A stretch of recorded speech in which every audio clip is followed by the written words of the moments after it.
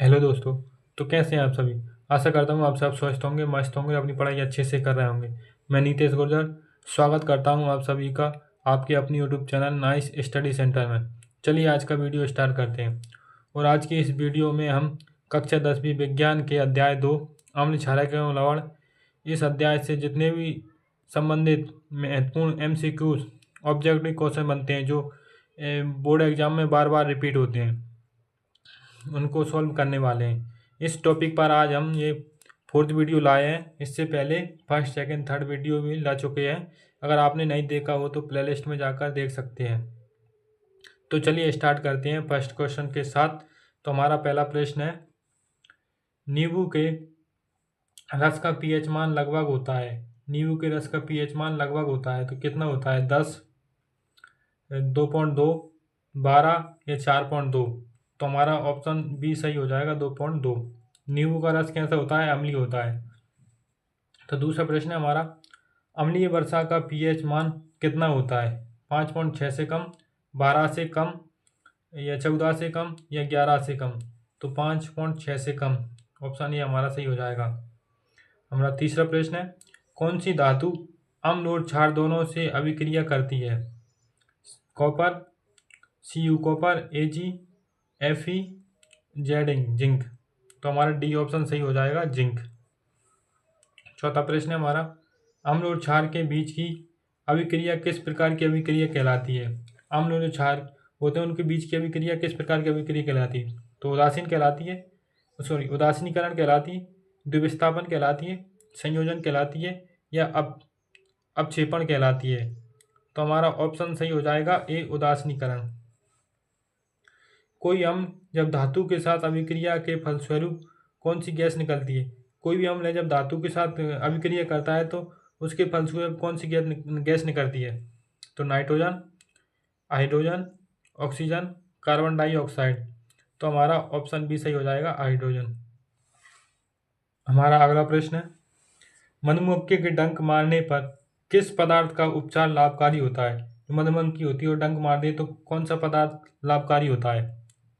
तो baking soda, plaster of Paris, sodium carbonate या sodium chloride. तो ऑप्शन ए सही हो जाएगा, बेकिंग सोडा। सातवां प्रश्न हमारा, क्षारक के जल में घुलने पर क्या मुक्त होते हैं? क्षारक होते हैं उन जल में घोल घोल देते हैं उसे तो क्या मुक्त होते हैं?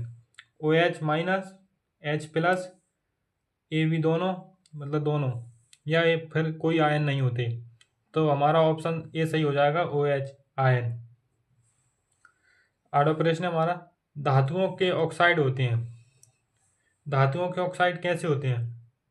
तो अम्लीय होते हैं, क्षारक होते हैं, उदासीन होते हैं या इनमें से कोई नहीं। तो धातुओं के ऑक्साइड क्षारीय होते हैं और अधातुओं के ऑक्साइड अम्लीय होते हैं। हमारा नवा प्रश्न है, तनु HCl हाइड्रोक्लोरिक अम्ल से विद्युत धारा प्रभावित करने पर कौन से आयन मुक्त होते हैं? जो हाइड्रोक्लोरिक अम्ल होता है उससे विद्युत धारा प्रभावित करने पर कौन से आयन मुक्त होते हैं? OH-, H+, या हाइड्रोक्लोरिक आयन या कोई आयन नहीं होते। तो हमारा ऑप्शन बी सही हो जाएगा, H+ आयन। जल की अनुपस्थिति में हाइड्रोक्लोरिक अम्ल H+ आयन उत्पन्न कर सकता है, हाँ या नहीं बताना है, मतलब कर सकता है या नहीं कर सकता। तो हमारा ऑप्शन सही हो जाएगा, नहीं कर सकता, मुझे पानी की ज़रूरत पड़ेगी। 11वां प्रश्न हमारा, किसी उदासीन विलयन का पीएच मान होता है। किसी उदासीन विलयन का पीएच मान होता है तो बिल्कुल सरल है, आप बच्चा बता देगा। किसी भी उदासीन विलयन का पीएच मान होता है तो ऑप्शन बी 7, 7 उदासीन होता है।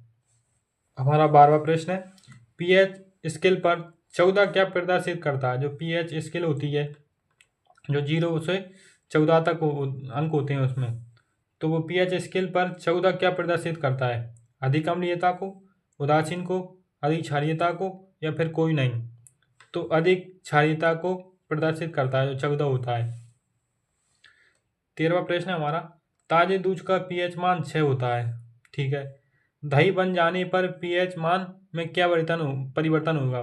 तो दही बन जाएगा तो खट्टा हो जाएगा, तो पीएच मान में क्या परिवर्तन होगा? घटेगा, बढ़ेगा, अपरिवर्तित रहेगा या अत्यधिक बढ़ जाएगा। पीएच दूध का पीएच मान बिल्कुल 6 होता है, सही बात है। जो दही बन जाने पर पीएच मान में क्या परिवर्तन होगा? दही बन जाएगा तो खट्टा हो जाएगा, खट्टा हो जाएगा तो पीएच मान क्या होगा? घटेगा या फिर बढ़ेगा या फिर कोई परिवर्तन नहीं होगा या फिर अत्यधिक बढ़ जाएगा। तो हमारा ऑप्शन ए सही हो जाएगा, घटेगा। 14 प्रश्न है, चूना जल में CO2 कार्बन डाइऑक्साइड गैस प्रवाहित करने पर जल का रंग कैसा हो जाता है?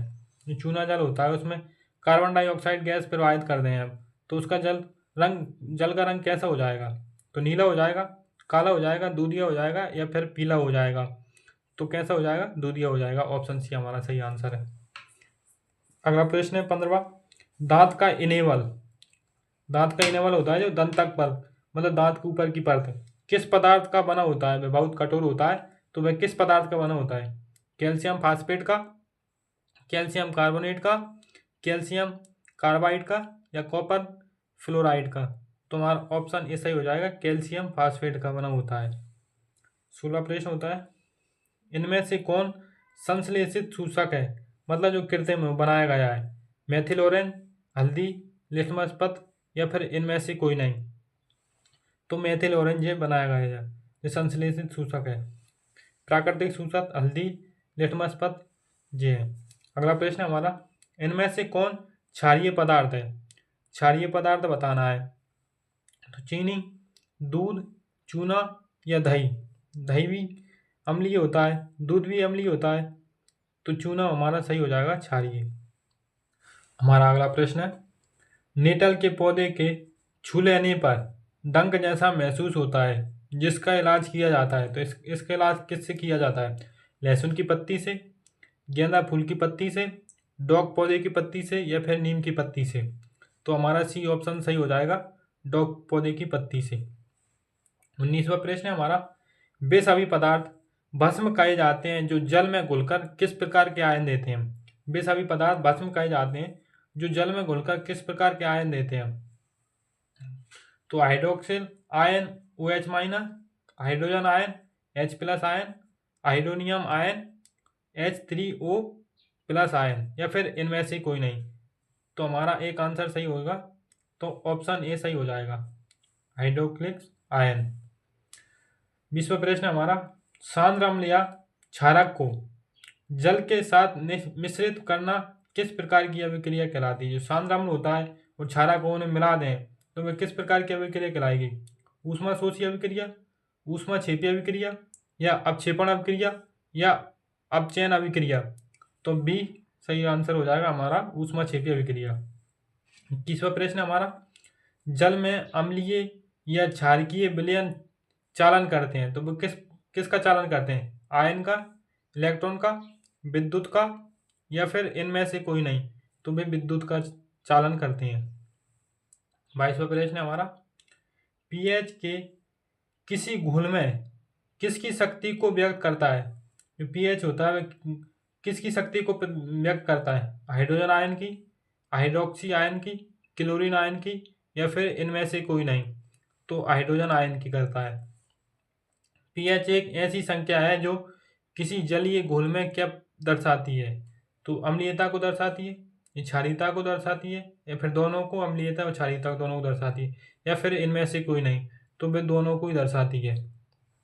हमारा 24वां प्रश्न है, पीएच स्केल में 0 से 14 तक के मान होते हैं, 0 का मान क्या दर्शाता है? जो 0 होती है उसका मान क्या दर्शाता है? सामान्य अम्ल, प्रबल अम्ल, दुर्बल अम्ल या फिर इनमें से कोई नहीं? क्या दर्शाएगा वह? सामान्य अम्ल दर्शाएगा या प्रबल अम्ल दर्शाएगा या दुर्बल अम्ल दर्शाएगा या फिर इनमें से कोई नहीं? तो प्रबल अम्ल दर्शाएगा। 25वां और आखिरी प्रश्न है हमारा, धोने के सोडा का उपयोग निम्नलिखित में से किस में किया जाता है? तो दीवार को चिकना बनाने में, कागज और साबुन के उत्पादन में, खिलौने बनाने में या फिर कीटनाशक के रूप में? तो ऑप्शन बी सही हो जाएगा हमारा, कागज और साबुन के उत्पादन में। यह आज का होमवर्क है। 1 बिलियन जिसका पीएच 0 से